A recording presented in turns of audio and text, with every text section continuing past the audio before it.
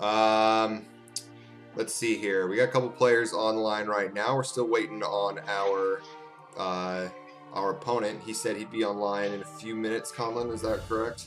Yep, a few minutes. That was a couple minutes ago. A couple minutes ago. So we'll just be standing by. I have queued up a classic mode light side game for this stream. I think that this is one of my weakest play groups, which isn't that surprising because the power level of the light characters are pretty low. Yeah. You got any insights or strategies, Conlan, that we might want to prepare for this game? Yeah, I would definitely say light classic is one of the hardest positions. You have the least powered forces, and you have kind of the challenging goal. I don't know. The challenger who's coming on, I don't know his or her skill level. I guess I guess we'll just try and haste the prince in. Get the prince in within 2 range, and then haste him in. So your idea is to do the straight blitzkrieg with the yeah. All right. Well, it's a risky strategy, but it could pay off with a quick victory.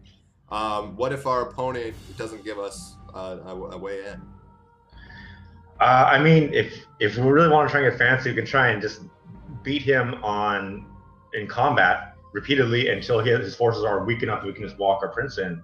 But that's a harder way to win because you really have to basically win every battle. Yeah, much harder. Much harder. Yep. Is there any way we can bluff with the guardian angel? Perhaps make him think that our prince is one side and go the other way. Yeah, we could try that. Like I said, I don't know how often.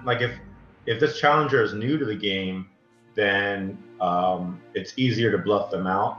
Sure. Because people new to the game tend to think oh, you're always going to have your prince in the back of the board, and you're going to put your strongest characters up front, and that's how if they're expecting that, that's how you can kind of pull them.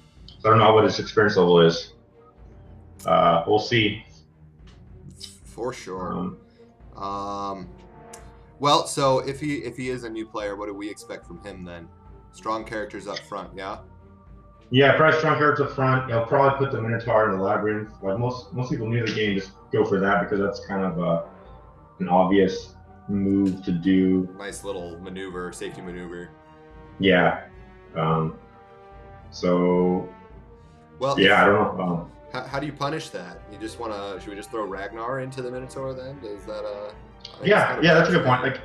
If that's a great thing. If you can get Ragnar sacrificed for anyone strength 5 or higher, that's a great trade-off.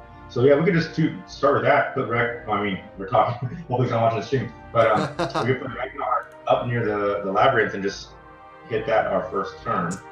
Soon as he moves into the labyrinth, we can try that. Sure. We'll. I like that idea. Let's get Ragnar in there early, see if we can disrupt his early game plan, and then move on from there. Mm-hmm. I mean, the only way to counter that is really to put the honey pack in the labyrinth, and then you can kill Ragnar early on. But again, I don't think putting the honey pack up front. It's a strength 2 character. So again, most people new to the game, they don't put their weak characters up front like that. Right. It could be a risky move. You could get caught by somebody bigger. Yeah, if you get caught by anyone dwarf or elf even, then you're kind of in bad shape. Right. Yeah, that's interesting. I feel like the dwarf is a decent choice to put near the front of the lines with so you can hunt down these goblins when they show up. They always tend to hang back until somebody comes into attack range. So yeah, I would think. I mean, the best use of the goblins is really, in my opinion, holding them back to the very end. You should never attack with the goblins blind. Right. They basically, when you use them, you should know who you're killing. Okay, I'm killing this guy, I'm attacking him. Because they're such a good character that you don't want to lose them to a bad, a weak attack, or maybe kill a weak character and then they get knocked out in the follow-up attack. Right. So I see them as a precision tool. Best to get in there and get the job done. Yeah. So this kind of insight has come from many games that you've played, I'm assuming? Yeah, I mean, just over the years playing it and reading some strategies. I mean, the strategies are pretty deep, though. People people go back and forth on it. It's one of the things that makes it kind of cool. Yeah, nice. That's one of the benefits of having the kind of like asynchronous forces on the board. Yeah, and once you play someone repeatedly, then like you get like into like specific mind games with that player. Like when you play someone over like 30 games, then you start knowing this person's technique, right? And you start trying to countering that. So that's where it's really fun, like playing the same person over a long period of time, kind of like chess. Yeah,